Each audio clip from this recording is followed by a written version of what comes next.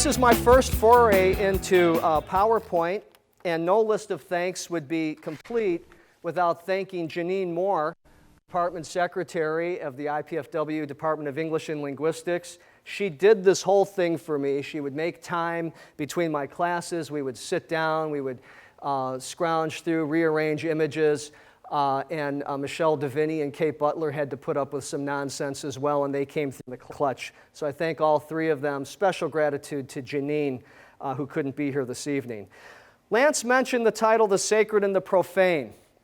This comes from the Romanian anthropologist, Mircea Eliade. In The Sacred and the Profane, Eliade distinguishes between numinous experience and the profane world. And one of the wonderful things about Surrealism, which is an artistic movement that I've been involved in nearly 30 years now, is that it tries to bring these two parts of the world, parts of the human psyche together in some pretty powerful ways. So that's where I get the title of this. Last October, I learned from a friend whom I've known for a few years, and I never knew this story. She told me that before we had really gotten to know one another, she had apparently gone to a few of my poetry readings. And she told someone the following. She said, "I don't know what's wrong with that man, but I never want to go to another one of his poetry readings again." And I thought that was a pretty powerful statement on her part, because Surrealism isn't easily graspable. She says now she's kind of hooked on this kind of poetry, this kind of art form. And I really valued what she had to say about that. And tonight's focus is really to, in a sense, give you a crash course in not only Surrealism, but Dada, and to hopefully make you less afraid not only of it, but of attending a poetry reading that may indeed be focused on that. This is one of my very favorite paintings ever. It's called The Village of the Mermaids. And I have Marianne to thank for showing me this painting. Something like 28 years ago, she took me to the Art Institute in Chicago. She knew that I was just developing an interest in Surrealism, and she wanted to show me this wing of work. And she said, "You really have to see this painting." And it's this, as you see, this gorgeous and haunting painting by Paul Delvaux, who was one of the last surviving Surrealists. He recently died probably a decade or so ago. And this is one of the few Paul Delvaux, actually, in which his subjects are clothed. And as you can see from this painting, they are about ready to burst out of their clothes, primarily. And what Paul Delvaux does is work so much in the nude form. He tries to paint nudes as some sort of an emblematic symbol of beauty in the universe. And we're going to talk about the pros and cons of that, including the problematic dimension of some of those depictions this evening somewhat as well. But what I admire about this painting so much, The Village of the Mermaids, is as you can see way in the back, I hope you can see, I hope it's clear enough, there are actually mermaids there. And it's very difficult, thinking of dichotomy, are the mermaids ready to become these women? Are these women ready to become these mermaids? The painting actually calls our attention to try to figure out what the dynamic and what the relationship is. I don't know if this pointer will work. I'm going to try it. Does this show up on the screen? Okay. There's this dark figure, this man who walks past, and this woman here, she casts a shadow. This woman casts a shadow. We don't have much more in this painting but that, except some chipped seashells along the path here. You will, if you ever look at Paul Delvaux's work, you'll see that he paints the same woman over and over. And so I wanted to share this with you. This painting really began to hook me on the haunting and mysterious aspect of Surrealism. Before we can talk about Surrealism, I'd like to talk about Dadaism, which is a term we probably have heard sometime or another. And J.L. Naum, the Romanian poet, once said, "What we need is a new Dada today, a new Dada every day, without Dadaism or Dadaists." And that's a pretty good quote, because what he has captured here is the essence of Dada, which is in a sense to tear down many of the old art forms and lay something open for us for the new. I should back up here a moment. I'm conflating traditions here slightly. This is Merit Oppenheim's piece, Object. She's a Swiss artist, and we often refer to this as the fur-lined cup and fur-lined saucer. It's actually a surrealist piece, but it has some of the qualities of Dada, which I'll get into momentarily, and one of those qualities is the sense of the ready-made object, that you can look just out into the world and there are objects that we can bring in that seem artistic themselves if we dabble with them just a little bit. This is a few things. I'm not going to read all of this. Like I said, I was very excited about the lecture. My one hesitancy was I've never done PowerPoint. So please bear with me as I learn how to do this. The title of this slide comes from a Lee Harwood essay on Dada, which I've always loved. Dada, my heart belongs to Dada. Again, capturing some of the innocence and playfulness of what the Dada experience was really about. Dada as an art form really began in Zurich in 1916, growing out of World War I. It was a response to what I say here, the industrialized weaponry and what Robert Hughes calls the mechanization of instruments of death. And primarily there was a series of artists, I'll show you pictures later of Tristan Tzara and Hugo Ball, who felt that we had been lied to by politicians, by generals on the field, and even by journalists who were writing about the war. And for the Dadaists then, they believed that lies contaminated words and that these lies were at the base of all official language. The speech of their elders was thus not to be trusted. In short, language itself was contaminated. And this is Tristan Tzara here, and Hugo Ball and Hans Arp, three famous Dadaists, in a very playful pose. There was among intellectuals a longing for a clean slate. Dadaists wanted to cleanse language. They wanted to abolish the lies that were dormant within it. In a sense, we could then look at Dada as a pacifist movement. It was really an attempt to remove violence from the core of language and the violence, basically, of the lie. Many people have various theories about how the word Dada itself began, how it was formulated. Some people said it's a made-up word, just a bunch of nonsense syllables. In Russian, it actually means yes, yes, which is kind of ironic because Dada is known for negating a lot of things. Perhaps two yeses make a no in this case, I don't know. In Romanian, it designates a rocking horse. Others note that Dada itself resembles a child's first utterance. Dada, as representative of a child's first utterance, is important, I say here, because at the core of Dada was the desire to really to go back to scratch, to return to the beginnings before language was contaminated by violence, and to start culture really from the beginning. This peculiar-looking character here is Hugo Ball. He was a famous Dadaist with Tristan Tzara. He used to perform at the Café Voltaire in Zurich.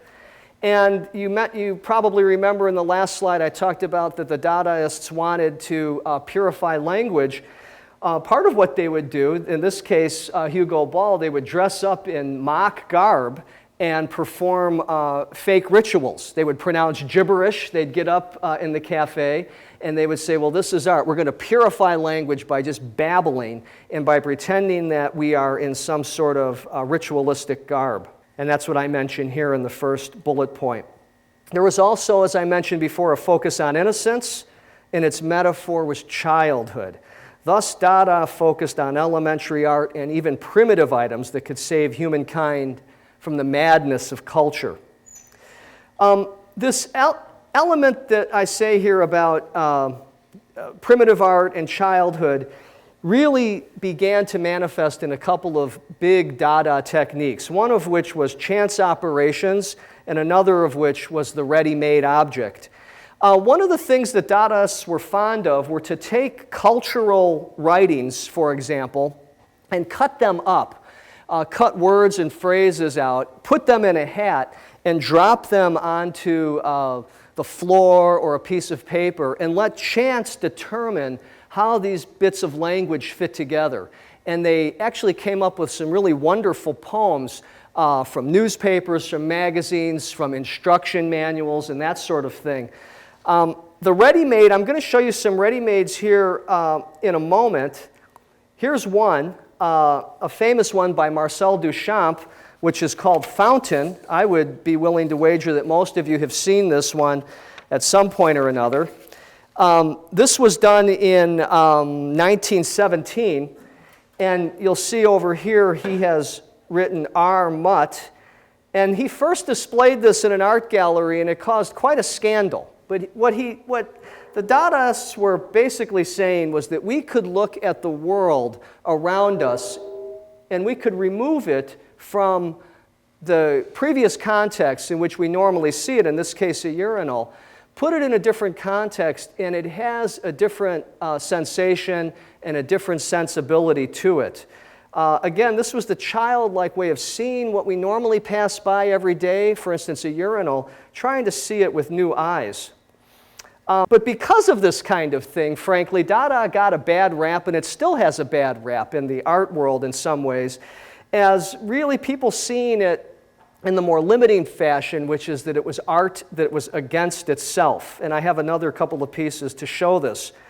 But what really may be true about this is, although that may be true, the point I want to make here is that the point of using the ready-made says that the world is already so full of interesting objects that the artist need not add to these. He or she could just pick one of these objects at random, and this ironic choice was equivalent to the act of artistic creation itself. This is a famous Duchamp called The Bicycle Wheel. I'm sure most or many of you certainly have seen it, from 1913. Again, he defamiliarizes the bicycle wheel from its previous context, which is being on a bicycle.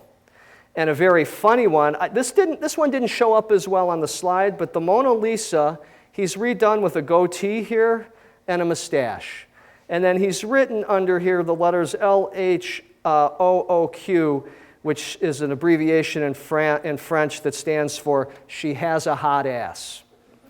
So Dada is also trying to have fun with the old art forms to help us see the Mona Lisa in a new way, to sort of make our engagement with that text, in this case a work of art, fresh and new and childlike in the most playful sense.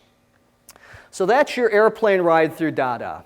And you know that my focus is really Surrealism, but we need to begin from Dada to get a sense of what I want to say about Surrealism tonight. So what the heck is Surrealism? Well, here's a few things to think about. It's an artistic movement that began primarily in 1919 in France and that flourished throughout the 20s and 30s. It's still active worldwide today, and I stand as testimony and testament to the fact that it is still thriving, even here in Fort Wayne. It's a cross-disciplinary movement, which is why Janine came through and saved the day with this PowerPoint, because how could you give a presentation on Surrealist writing without seeing some of the art? There's this incredible cross-pollination of visual art and film and literature. It was the hallmark of Surrealism and is the hallmark of Surrealism. In a nutshell, Surrealism holds that the unconscious, intuitive faculties of humankind have atrophied, and that it's the role of the artist to rekindle these by exploring what we in Surrealism call the world of the dream. Here's the primary innovator of Surrealism, although there were hundreds and have been hundreds of people involved in the movement. But when we think Surrealism, we normally think of Andre Breton, who was a medic in World War I and became so disillusioned with the death and destruction. He actually began as a Dadaist and was good friends with Tristan Tzara until they had a falling out. And this is a young picture of Breton. I love this with the microscope because Surrealism also tried to focus on trying to prove that the unconscious was viable, and they set up a bureau for the research and development of Surrealist studies, and they, in many ways, tried to adopt the language of science in order to prove that the unconscious was a fertile and generative terrain to explore. They particularly went back to Freudian theory and many other things that I'll talk about momentarily. And here's an older picture of Breton. Like Dada before it, Surrealism values and explores the magical power of chance operations. One of the techniques we use is called Exquisite Corpse, and I could write down a sentence, I could hand it to Mark, I could turn it this way so that Mark doesn't see what I wrote, and he can write a sentence down, and he'll turn the page over, and he'll hand it to Marianne, and it will go throughout all of you, and then we'll unwind this thing at the end of our session today, and we will read these seemingly independent statements and see if they add up to something larger, as if our collective unconscious, to borrow a term from Jung, is in some way cooperating with the chance operation of this technique, as I said, which is called the Exquisite Corpse, and say that this is art. And I've done Exquisite Corpse poems with my students. They can testify. I see Carly's here. I see Lynn Ann's here. Many of you I can't see. But I know you can testify, perhaps afterwards, that some of the poems we've written are startlingly amazing in the ways that the individual statements end up adding up to something larger, as if it was really written by one person. That's one example of chance operations. Surrealism is really much more hopeful than Dada. It believes in the possibility of vision and the ability for art to, underscored here, evoke a state of awareness that returns one to psychic wholeness and well-being. Evocation is key. This is why we're not going to see much narrative when we read a poem that's surrealist. People like the person who actually had said she never wanted to attend one of my poetry readings again. There's very little story in many surrealist poems because it's built upon arcs of association from one image to another image that then begin to accrete and draw upon the magical power of evocation to effect a psychic change in the reader or the participant. That the surrealists believe that the logic of the linear discourse will take us only so far, and that what we need to do is change the language, change the discourse, disrupt it in some way, find a deep image that actually acts like a magical spell or an invocation in order to create a spark in the psyche of the hearer, the listener, or the seer, if it's a work of art.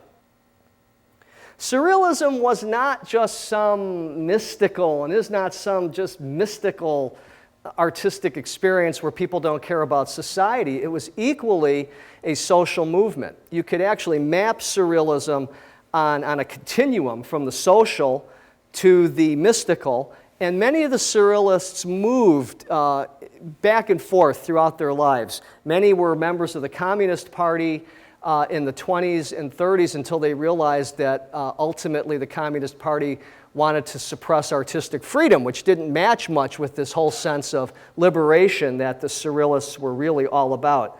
But we can say there is a reciprocity between social change and individual psychological change. You can't have one without the other, and as the surrealists say.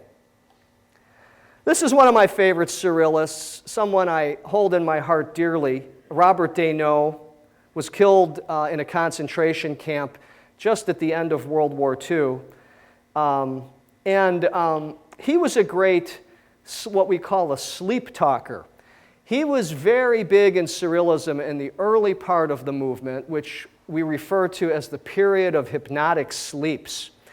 And it is the hallmark of surrealism to practice automatic writing. You can go back and you can edit it, but what you want to do is you want to get up in the morning and write something while you're in bed, write a little bit before you go to bed, get yourself into a dream state, wake yourself up and write.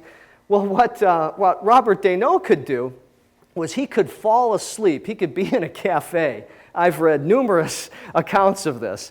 He could fall asleep. He could be engaged in a sentence, as we are now. And then he would sleep talk. He would have these wild images, and he would be asleep. He'd have wild images for, 20 to 30 minutes, and then he'd suddenly wake up, and he would pick up the thread mid-sentence from where he had dropped off. It was an amazing thing. Ultimately, you may be wondering, well, why is this only in the early period of surrealism? The period of the hypnotic sleeps had to be discontinued. They were becoming dangerous. I think some of the early surrealists didn't quite understand what they were getting into when they were going that far into the unconscious without some kind of guidance. One night in a trance state, Robert Desnos chased another surrealist, Paul Eluard, around a table with a knife and tried to kill him, and they were best friends. Another time, Andre Breton walked into a surrealist happening, which was several surrealists sitting around trying to get themselves into a trance state. And Rene Magritte had led an entire group of participants into a closet where they were trying to hang themselves. So just like, say, parallel would be in the 60s with experiments with LSD and so forth, if you open the psyche too quickly, too soon, without any kind of guidance, things can go kind of crazy. And so the early surrealists really began to see the period of hypnotic sleeps as no longer being a generative form for them to follow. Another hallmark is the juxtaposition of distant realities. It's the bringing together of two or more unrelated objects or events in a seemingly incongruous situation. It often can be humorous. You'll notice I'm going to give you these 8 surrealist principles, and some of them, there's some crossover. There's not a definite border on all of them. You might do automatic writing in order to create a juxtaposition, as an example. But perhaps the clearest rendering of juxtaposition is Lautréamont's phrase, beautiful like the fortuitous meeting on a dissection table of a sewing machine and an umbrella. And that yielded what the surrealists called not only a juxtaposition, but an instant of the marvelous. And I'll show you the marvelous momentarily. This is a famous painting by Rene Magritte, which is really based on a famous reclining woman by Jacques-Louis David. The coffin is situated in a reclining position with, the clothing there and, situated on the sofa. And again, it's... What we basically do in a juxtaposition is defamiliarize one of the objects. We take a coffin, we bend it, we put it onto a sofa where it no longer would be, and we take its, its clothing there and put all of that together. Associative leaping, there's no photograph, there's no painting here to illustrate this because I'm going to illustrate that later in reading some poems. It's a mental leaping, one thought to another that's purposeful. It's not just random kind of leaping around in a poem. Creation, if the surrealists believed in the unconscious and in the intuition, they believed in the creation of a dream or hallucinatory atmosphere. This is a famous painting by Salvador Dali called The Persistence of Memory, that's something like this with these melting watches, unless you're in a lecture that goes on interminably, is showing the elongation of time, is something we might not ever see except in a dream. It holds forth that the dream or hallucination is real, it's purposeful, it's as important as what we have in waking reality. So surrealism is basically saying we have a superrealism in which our unconscious is atrophied. We need to bring it into alignment with our conscious minds and join those two forces together to gain greater resonance from our selves and our psychological wholeness. I mentioned the marvelous. This is a moment of jarring or arresting beauty and insight, and certainly that Magritte juxtaposition of the coffin is an instance of the marvelous. It's something intuitively familiar in the strange and wonderful. There's something familiar to us, even though we find it strange to see the coffin reclining on the sofa. It also feels as if we've experienced that in some capacity, the surrealists would say. It allows for existence or occurrence of supernatural events with a focus on their beauty. Lance mentioned convulsive beauty earlier. Breton states in the first manifesto, "Let us not mince words. The marvelous is always beautiful. Anything marvelous is beautiful. In fact, only the marvelous is beautiful." Here we have chance operations, which I've already discussed from a previous point. And certainly, a last couple of these 8 principles I want to touch on is humor. Surrealists often employ playful juxtapositions, absurd situations, This is a Magritte. I hope it shows up enough that the man's body is a bird cage. We pull his clothing back, and the man's body is a bird cage. It's called The Liberator. And this is a Salvador Dali over here, which has the great title of Face of Mae West, which may be used as an apartment. And take a good look at it. It is the face of Mae West, which can be used as an apartment. He did that in the mid-30s before his later work. Finally, we have the use of eroticism. Because of their love of aesthetic beauty, as well as their deep roots in Romanticism and Freudian theory, Surrealists recognize the poetic force of Eros as primary in their endeavors. This is a famous Man Ray photo. We see the woman's body as a violin or a cello here. Now, this is the part where I said I wanted to pose some problems with the use of Eros in Surrealist work. No serious scholar can deny that the role of the erotic in Surrealist art is problematic because male Surrealists continuously view women as other. That's not going to get us very far if we're trying to dissolve dichotomy. Here's the bind, and this is a quote from Quao. The Surrealists' commitment to the liberation of sexual experimentation offered an opportunity to reevaluate conventional concepts and representations of sexuality, especially for women artists who were associated with the Surrealist circle. However, in practice, femininity was often defined in relationship to dependence on masculinity. The Surrealists viewed woman as other to man, whereas male Surrealists, for the purpose of fulfilling their desires and fantasies, often used female images as icons. Most of the women's Surrealist artists created works of self-representation or self-reference as an effort to artistically express the themes that were close to female experiences and to gain their own self-definition. This is a Magritte photo collage. This is called I Do Not See the Woman Hidden in the Forest. And these are all famous male Surrealists. Rene Magritte, Andre Breton, Louis Buñuel, the filmmaker who did The Andalusian Dog, Paul Eluard, Yves Tanguy, Max Ernst, very young picture of Salvador Dali. My response to this piece is, well, of course they do not see the woman hidden in the forest, and the title of it has woman even in parentheses. They do not see her because their eyes are closed to her, and they are, in a sense, objectifying her and making her into the image of their dream. So early Surrealist women usually responded in one or more of the following three ways. They celebrated the liberation from convention and sexual repression. This is the age of Freud, don't forget, that this view offered. I will show you some examples of this momentarily. Secondly, they critiqued the objectification by reversing the gaze. And thirdly, they sometimes chose to delve more deeply into the ancient, lost, hermetic, magical traditions, particularly those that were centered around mysticism and female empowerment.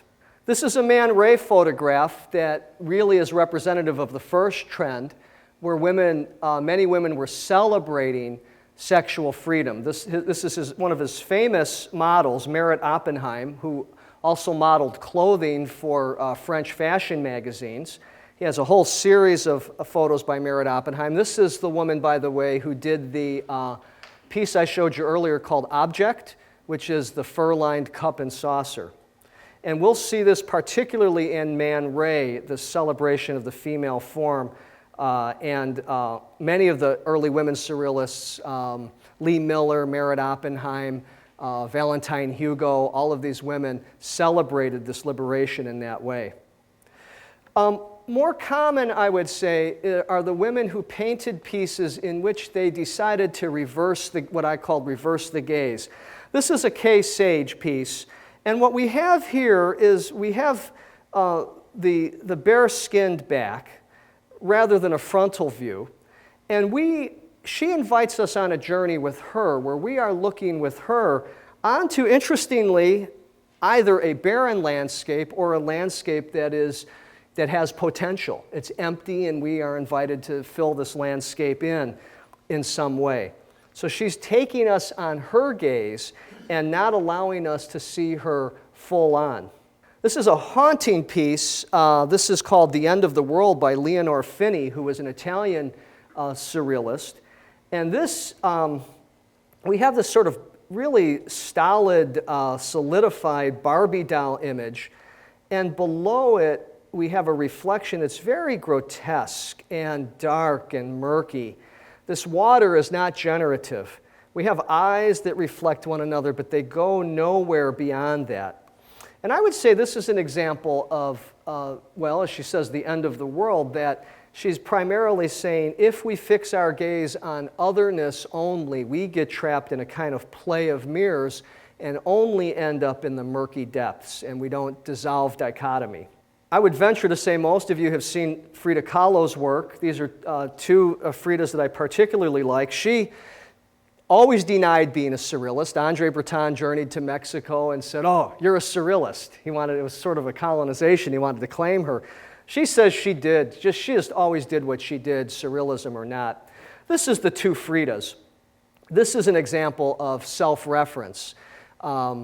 And we have the heart that's internal here, the heart that's external there, and yet they're joined in some fashion.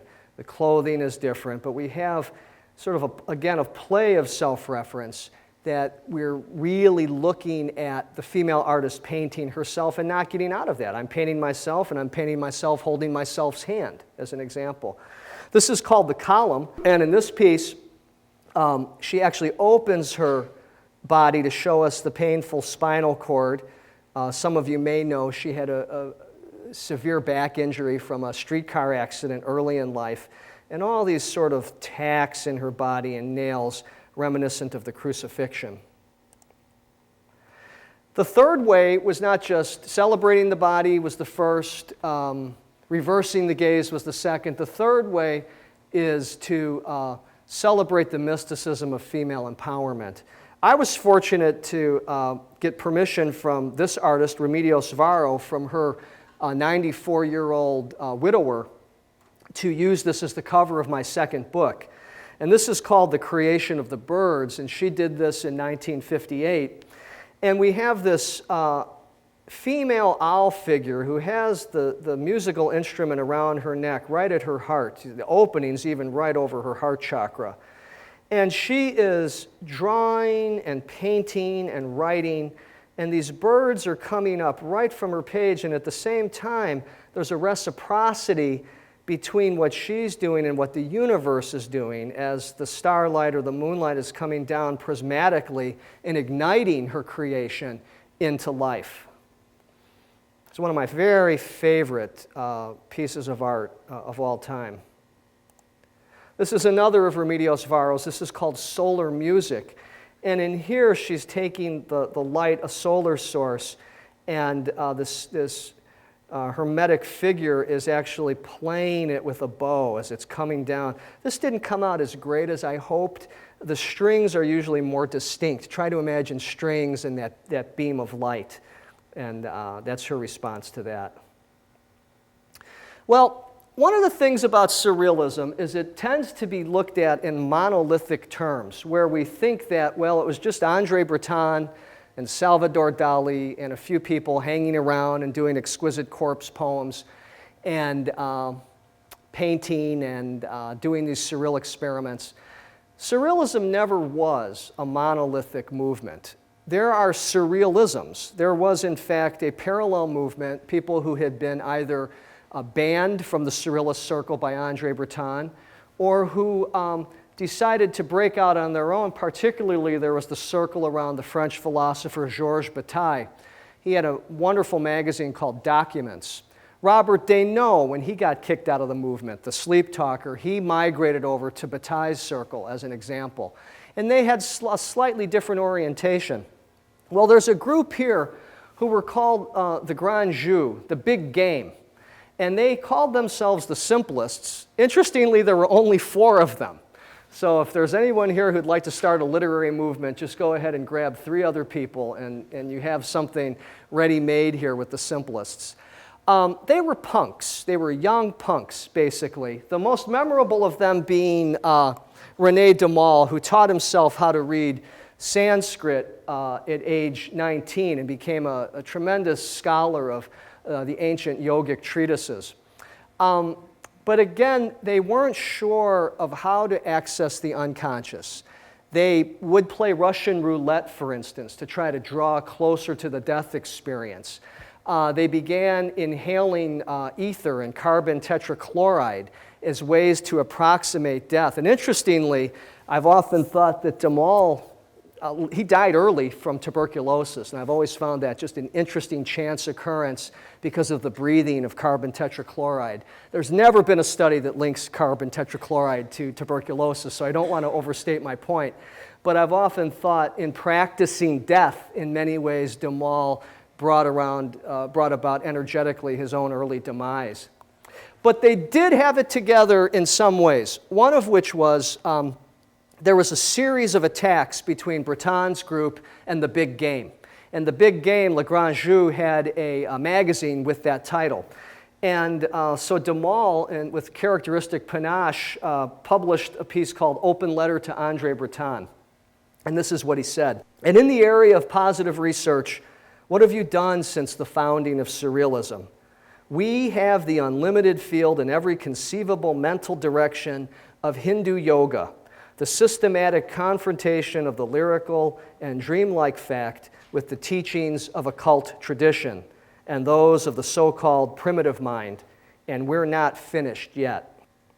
I mentioned Surrealism as a world movement, some key figures here in the French, people I've mentioned already, but I want to show you that this is not a fly-by-night thing. Vicente Alexandre from the Spanish won the Nobel Prize.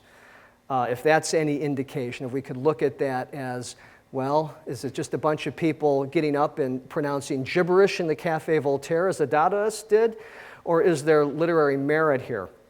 Pablo Neruda, another Nobel laureate. Azar Vallejo, one of my favorite poets, was not a Nobel laureate, though he should have been. Octavio Paz, a Mexican poet, won the Nobel Prize. The Greeks, Odysseus Elitis, won the Nobel Prize. George Seferis won the Nobel Prize. And interestingly, just for kicks, I wanted to throw up Nicholas Callas's name here, because few people but me know that his real name was Calomiris. He changed it, I don't know why, but he was the first Greek surrealist, Nicholas Calomiris. The Japanese, very few people are doing research in Japanese surrealism. I'm one of them. I recently have done some studies, some articles on Takaguchi Shuzo, who was imprisoned by the Japanese fascists because his charge was he practiced surrealism. Takahashi Shinkichi became a Zen monk, but he began as a Dadaist, and I've done some research on him as well. And also I want to note the West Indian and African tradition, what these poets refer to as negritude. Aimé Césaire was a prime minister of Martinique. He was a fantastic surrealist writer. L.S. Senghor was the very first president of Senegal when it got its independence from France. So these are people who have some chops to them and have some political smarts about them as well. I'd like to move this now to sharing some of the surrealist writing, and then I want to share some of my surrealist writing, and then we'll call it an evening. I adore this poem by Aimé Césaire, who I mentioned is from Martinique and was the founder with L.S. Senghor of the movement of negritude. This is The Lost Body, and this is just part of it. But I love how he fractures language, where he uses nouns as verbs and vice versa. You know, Krakatoa, I who Krakatoa. We wouldn't say that. We think about Krakatoa as an event. We don't think about, what are you doing today? Well, I think I might Krakatoa. How about you? I who Krakatoa. I who everything better than a monsoon. I who open chest. I who Laelaps. Laelaps, of course, was Zeus's mythological dog who could never fail at a hunt. I who Laelaps. I who bleed better than a cloaca. I who outside the musical scale. I who Zambezi, or frantic, or rhombos, or cannibal. I would like to be more and more humble and more lowly, always more serious, without vertigo or vestige, to the point of losing myself falling into the live semolina of a well-opened earth. Outside, in lieu of atmosphere, there'd be a beautiful haze, no dirt in it, each drop of water forming a sun there, whose name, the same for all things, would be delicious, total encounter. So that one would no longer know what goes by, a star or a hope, or a petal from the flamboyant tree, or an underwater retreat raced across by the flaming torches of Aurelian jellyfish. This is not a narrative poem. I got up, I cleaned the asparagus, I made dinner, I had a vision about my grandmother, and I felt good. This is a poem that is trying to intentionally disrupt our discourse, to fracture the syntax, and create a dream so that we have no option really, but to yield to the pure visionary content of the poem. This becomes a poem, even later in the later sections, it's a very long poem, of negritude. And this poem becomes a returning to primitive rhythms and primitive sayings as a way to reclaim the discourse of the enslaved. This is my favorite poet, Azar Vallejo. I know of no other poet who moves me so. He was a Peruvian surrealist. And I want to read you a poem of his. It's too long to put on a slide. And I'd like you to try to pay attention if you can, see if you can pick out the series of paradoxes in which he works toward trying to dissolve dichotomy by basically neutralizing a this or a that. And this has no title. It simply begins, "For several days, I have felt an exuberant political need to love." For several days, I have felt an exuberant political need to love, to kiss affection on its two cheeks.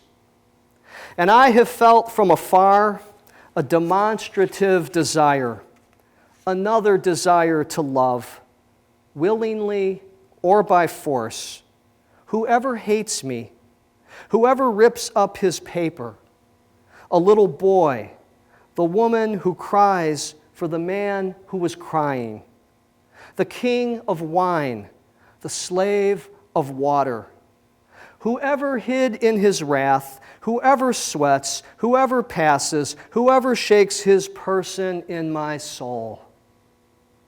And I want, therefore, to adjust the braid of whoever talks to me, the hair of the soldier, the light of the great one, the greatness of the little one. And I want to iron directly a handkerchief for whoever is unable to cry, and when I am sad or happiness hurts me, to mend the children and the geniuses. I want to help the good one become a little bit bad, and I badly need to be seated on the right hand of the left-handed, and to respond to the mute, trying to be useful to him as I can. And also I want very much to wash the lame man's foot, and to help the nearby one-eyed man sleep. Ah, love, this one my own, this one the world's, interhuman and parochial, maturely aged.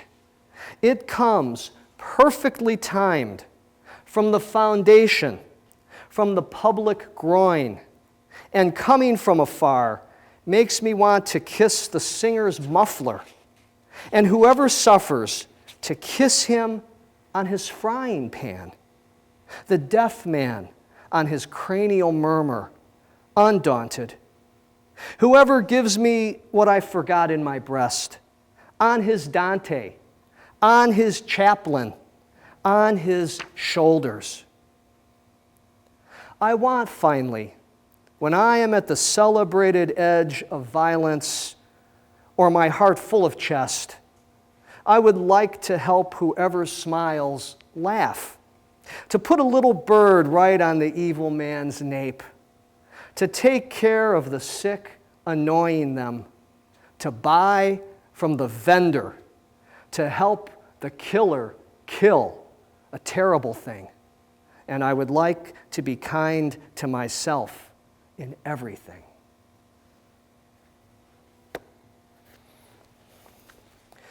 I promised a few of my poems. I want to give you maybe 4 or 5 of these and talk about how they work in surrealism. I'm so used to giving a reading and walking into it thinking, well, everybody's going to think this stuff sounds weird, just like the early slides. The greatest thing about this lecture tonight was that I could create a 40-minute context or whatever for surrealist art.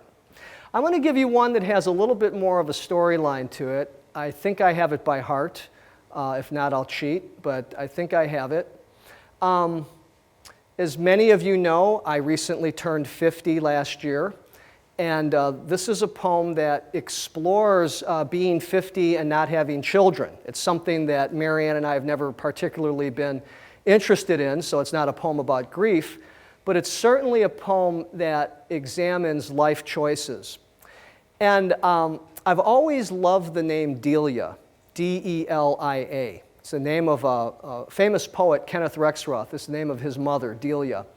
And I always thought if I had ever had a daughter, I would have named her Delia. So I'd like you to see if you can pay attention in here to the arc of association and some of the leaps that the poem will make that may at first sound weird, but may even be humorous, hopefully. Had I had a daughter named Delia. Had I had a daughter, I would have named her Delia. Nobody names their sons George anymore. The name Delia contains the sway of a dark, fluid flower.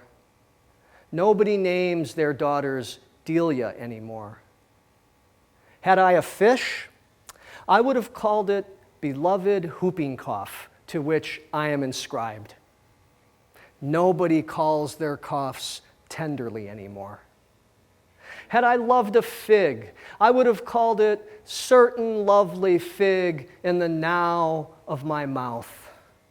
No one describes the mouth now of lovely anymore. Had Delia and I been father and daughter, I would have held her fever, clutched her daily dissolve, taught her the invisible, all the ways of softness I know. Even how to release that certain vulnerable hunch she'd no doubt inherit from my own childhood strain. No one teaches touch anymore, a way to kiss the inside bleeding of a star anymore. Had Delia asked me, Dad, I don't understand boys. I am unsure of my sway, the mood of my moon. How can I rejoice? I would have named her Normal. No one is named Normal anymore. Had I had a daughter named Delia, I would have loved her just for being my daughter. Asked her to name her daughter Delia too. At least not when you're 49 and male and childless and male. Nobody names their daughter's daughter anymore. I'm not going to go through the whole poem with you, but I wanted to show you a couple of surrealist turns in the beginning that we really, after we say, had I had a daughter named Delia, we really are expecting nobody names their daughters Delia anymore. I mean, when I grew up, people were named Donna and Joan and Cheryl, and the names have changed. There are trends. Names come in and out of fashion.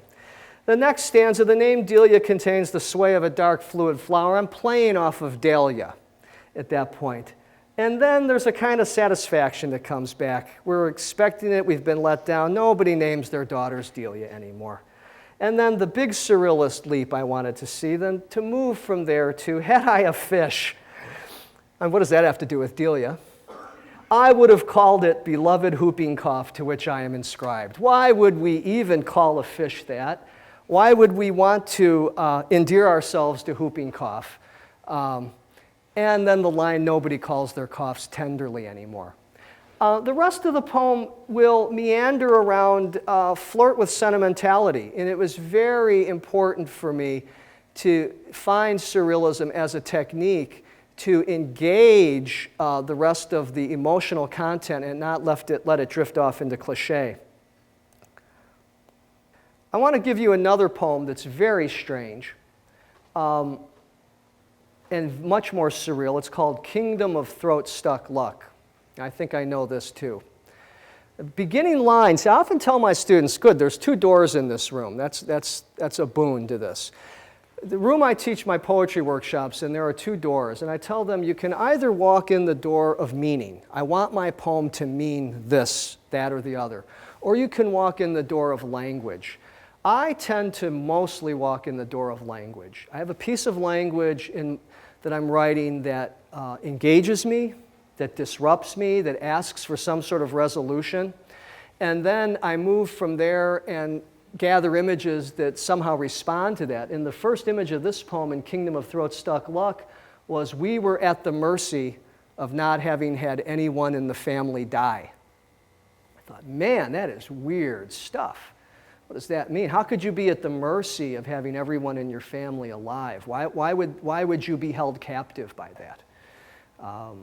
So this is Kingdom of Throat-Stuck Luck. This will have a wide arc of association. We were at the mercy of not having had anyone in the family die. We sang our song, we committed our talk, and working late seemed in our best interest.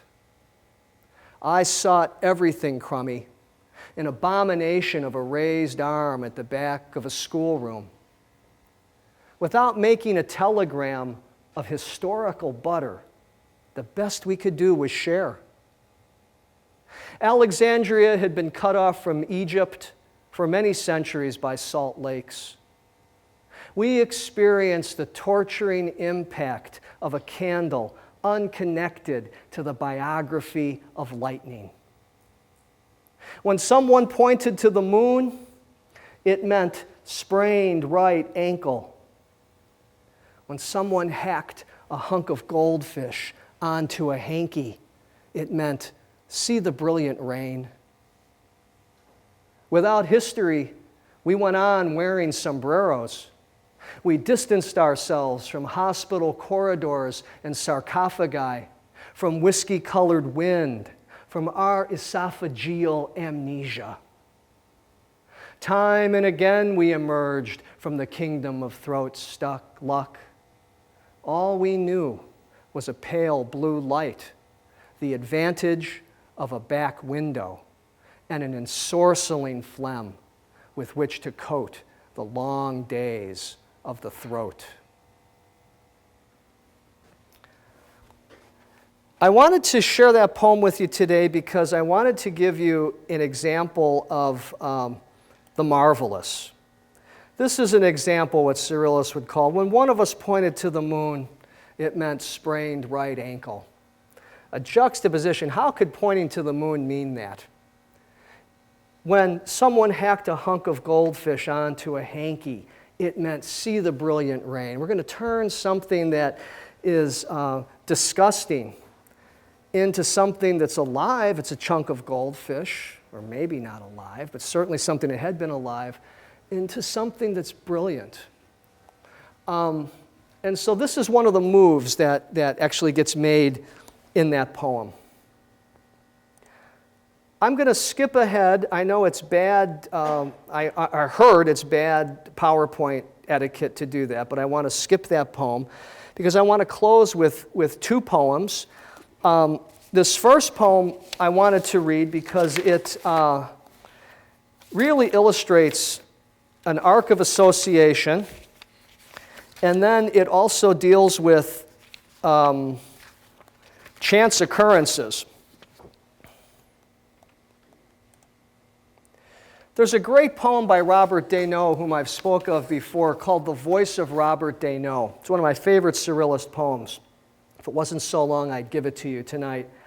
In the middle of it, well, I should say this figure down here is Yvonne George, who was reputed to be the illegitimate child of a famous French decadent poet, Gérard de Nerval. You may have heard of him. He was the poet who used to walk around and had his lobster. He had a pet lobster who he walked around on a leash. He'd take it for a walk every afternoon.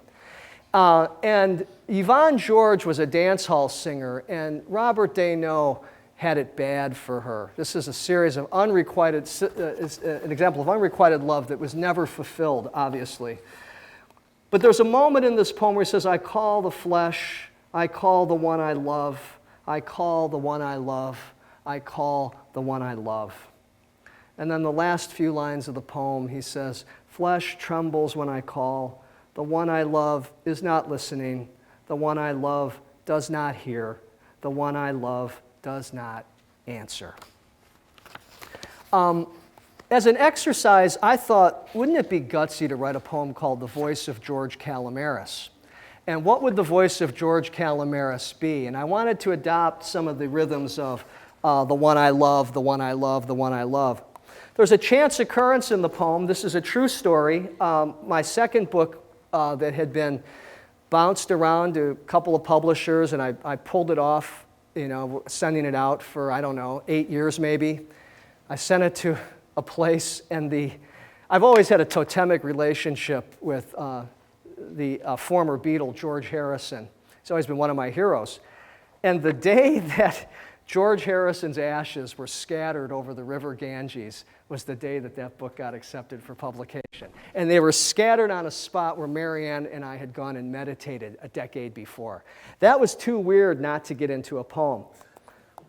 My stepfather, who raised me, also died on my birthday, which I always felt was another chance occurrence in the Surrealist sense, in which we are bonded for life this way. People say, oh, doesn't that bum you out every time you think of your birthday? Oh, gosh, no. I think that we're bound. We weren't bound by blood, and now we're bound with this incredible gift of him passing on my birthday. He lived a good, long life. He died when he was 86.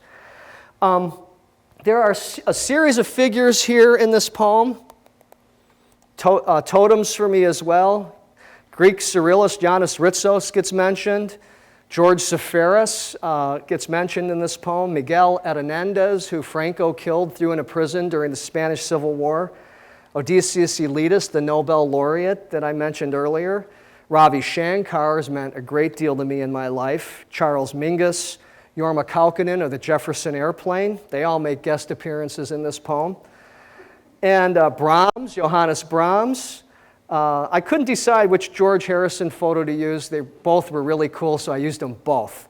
So here's George with his hair really long, and here's George learning to play the sitar. Of course, Astro Man himself, Jimi Hendrix. If you want to read my poem for Jimi, come by the English department. It's up on display right now. My beloved Azar Vallejo, and my yogic teacher, Paramahansa Yogananda. So I'll leave this one up while it's up. There were too many to have on one screen. This is the voice of George Calomiris after Robert Desnos. So like a scar and a particle of Brahms, my five-pointed want, and the shadow of a boy too young for divorce, the joyful ache of 3 a.m. alone this foggy morning. So like every scar and every prong, it's the far-off cry of a train complaining the track, and the worms in the dirt thrip as if they belonged in someone's gut. I crawl to me all those I have lost. An adagio's violin, a taxidermy in my chest, Vallejo's most moist, a leopard and a tree.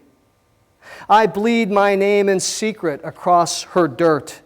I beg her mammalian face of rich African veldt, of hyena salt, of the stutter blood of a baby zebra breathing its just stunned past. I hear the elephants shuffle as they pass the tusk of a 3-month dead ancestor who sought a watering hole 300 kilometers from their home. I sense urgency in the herd doing the bone worship, and how the scent of belonging belongs to us all, and etch my regret in foreign grass. I call Brahms and his cardigan down from the docks. I call Brahman. I call Vallejo. I call Elitis, Sepharis, and Ritsos. I cry for, but do not call, my beloved Miguel, though I refer to him tenderly and in private, not as Hernandez, but as exact extract of olive root, or onion tentacle starlight, or scar on my forehead. The one I want wants joy. The one I want wants joy. The one I want, I most simply want. To be born from two parents, reduced to one angry mound of table salt on either side of the state line, and then grow up wanting to die. I tug the hypnagogic and the relief. I mouth strange Peruvian skeletal urge. I mouth the condor's winged bleed. The predestined collapse of a father's lung, precisely at 12:03, is enough to make a son fear his own birthday thereafter, every December 3rd. The leopard and the oak cry out for progeny they can never bear, like Ravi, not begetting Mingus, not begetting Jimmy, not begetting Yorma. Why was the book accepted for publication after 17 years, the day they scattered George Harrison's ashes over the exact spot on which I'd prayed a decade before on the banks of Mother Ganga? I receive stares of strangers like exotic house pets. I care for iguanas, salamanders, a baby marsupial still worm pink and screaming the long road of fur across its mother's belly after only 26 days in the uterus. The giving and the dread take up residence in my gut. Earthquakes shatter the semblance of my wronged. I want to rock and be rocked. I want to hold and be whole. I want a black silk stocking in the mouth, and I want its how. I want the why of its thigh and the how come. I need the bleed of her name, and I require her to recite it backwards 3 times with her head turned to the left, though I don't know whose name she might speak and what wing my left arm might become. I want to hatch from one of the only 3 species of egg-laying mammals in New Guinea. I want the duck-billed platypus's electrical find to river food, and the impulse of the current and the male's poisonous spur on the leg. I want to paint the walls of my puja room saffron and sink a pool with carp, only to dismiss the color difference between black and gold. I want to sit in perfect asana, forget my flesh, and in doing so, lay marigolds at the feet of Yogananda. The forgeries of the night express themselves as far-off trains, strangers about to couple on the track. Something like autumn and damp oak leaves and a stark wind make my chest. I expand and induce October in the cool fires of the brain. Meditators through the bone of the toe, listen to my choice. The Ganges, like a snake, unwinds sacred in my mane. The driven and the led declare my grave. Cosmonauts conglutinate my asp. I want to include in my broom every speck of lust. Keep a cow, a tongue-licked calf, a pack of hounds, all named, teach me how not to hurt. The one I love is inside me. The one I love is near and far. The one I love is a handkerchief and a hurt.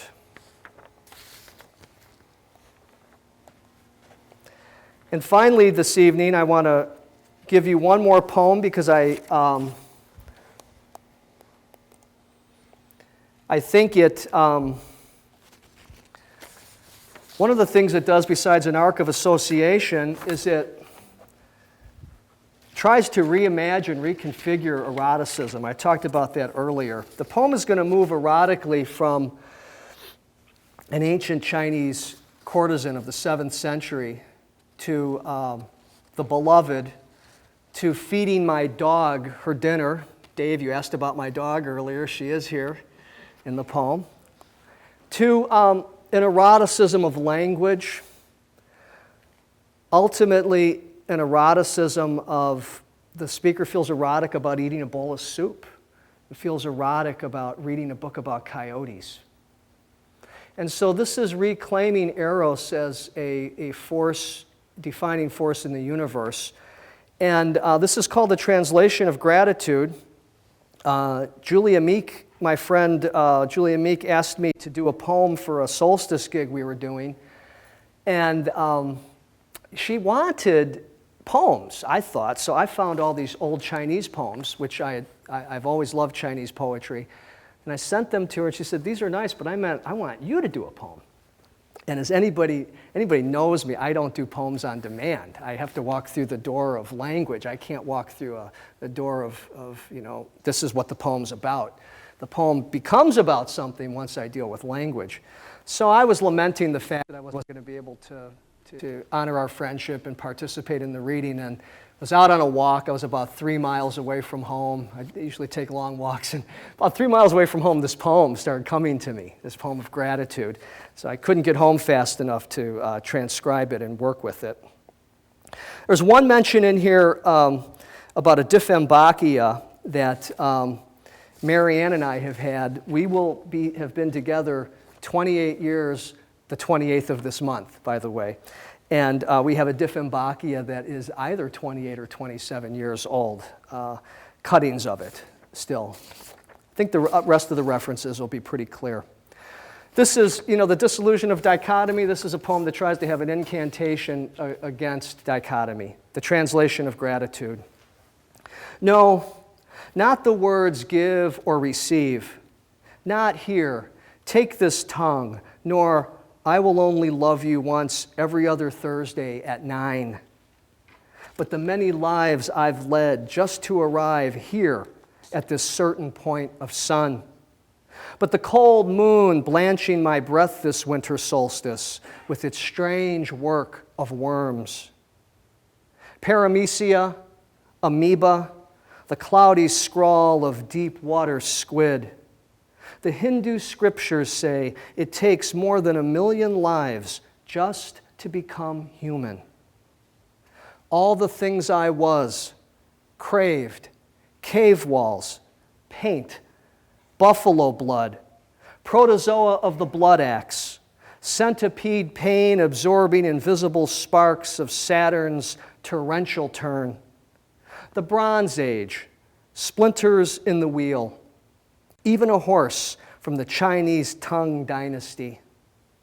Yes, I adore Chinese poetry. Li Po, Du Fu, Li Ho, Han Shan, Meng Chao, especially Wang Wei. Perhaps I once was a Chinese poet.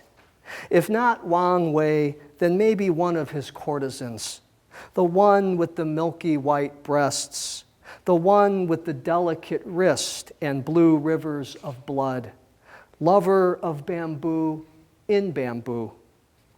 If not the courtesan, then threads in her open robe. If not the robe, then a parasite entering her mysteriously from below through the sole of the left foot as she walks barefoot on a dirt floor. Some part of me is always translated, always inexact. When I told Marianne yesterday, shit, it's cold outside, I meant, how many sleep breaths have we shared together with the diffembachia these past 28 years? When I give my beagle her dinner, it's not just I love you, but there once was a constellation of a heron feeding from my chest. Not the words yes and no, but black balloon, white, white snow of the solstice. I look out onto the darkest snow of the year. Ice fields blister even the whites of my eye. If I were to give fully of myself without receiving, if I were to walk among the absent leaves as if the season of healing were only a snow squall away. So, we were writing poems in class last winter from a common list of words. Troy gave us snowberry, which none of us knew, but which we all believed delicious. Lynn Ann said Van Gogh, Jenny, linger, Brian, daffodil, Lori, Canada. I can't remember Sarah's word, but know it had something to do with salt and was the one I needed at just the right moment. What simple thing do we need most when we step into this body for its brief bout of breaths finally and become human? How now the scar? How now our mouths? How now do we learn to translate the seductive sway of our own arm hair? We have lost the olfactory drift of our tails, not by bounty hunters in Oregon, as in Don Coyote, that poor coyote with 3 legs and no tail I read about in a book by Dayton Hyde, bought from 2 booksellers who happened to be 2 brothers in Fort Wayne named Hyde. We have lost the hidden kiss, the way to be another's dearest and most moist, the road of salt and sweat and secret hair stubble around the underarm scar I would tongue of and lick. Yes, I eroticize everything, even the slurping of a bowl of North African vegetable soup from the food co-op, chickpeas, coriander, and the potatoes slow roast, carried home last Saturday so I could eat it while listening to Julia Meek's folk tales. Even the reading of a book about coyotes as I take it tenderly on my lap in the intimate dark, in that certain way, by a certain lamp, near a certain wife and fire. No, not give or receive, not love or hate, never this tongue or that, not a translation for gratitude, the discourse of the obviate, the inexact, not anything among the cruel influence of dualism. But the adorable darkness of the darkest night of the year, consuming me almost whole, as if I am only upthrust dust among the fallow seed.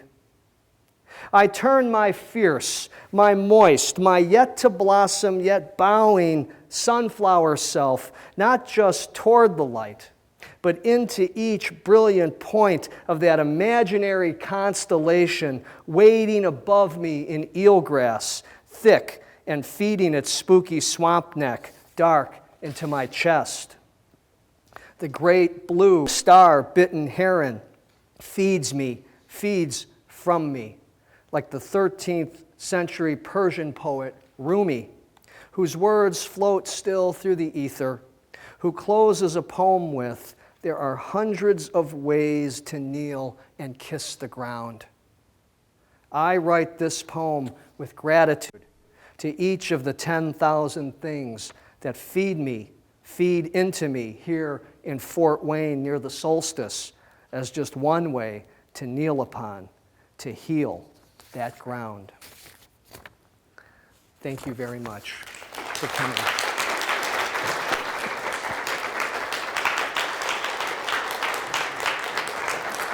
Michael, you had your hand up? Yeah, George, I had 3 questions for you, actually, just like a fairy tale. The first one was kind of surrealist. And I was just interested in the sort of history and culture of all the stuff that you're talking about so much. Surrealist questions first. Do you think that Dadaism and Surrealism are parent and child, cousin, or sibling? Boy, I'd hate to get locked into an either or. I would probably say either parent and child or sibling, because they did coexist together. But I mean, if my back was to the wall, I'd have to say parent and child in terms of they became equal, like parents and children can be when the children grow up, but one really did develop from the other. the other two questions are a little more straight. Okay. Academic. Do you see historical, cultural forces essentially making Dadaism happen in the year that it did, the year or two that it sort of... Very definitely, and I sort of went over Dada so quickly. It really was World War I. Yeah. I mean, it really and truly, I mean, in a nutshell. And there's just, I mean, maybe the time was ripe for it anyway, but the sense that the Dadaists really thought that the entire language that we used, everything was inscribed with lies, because that was the huge turning point. So absolutely, I would say yes. The other thing is, you may have had some of the same education I have, because we're about the same age, and had some of the same sorts of grad courses, you know, studying.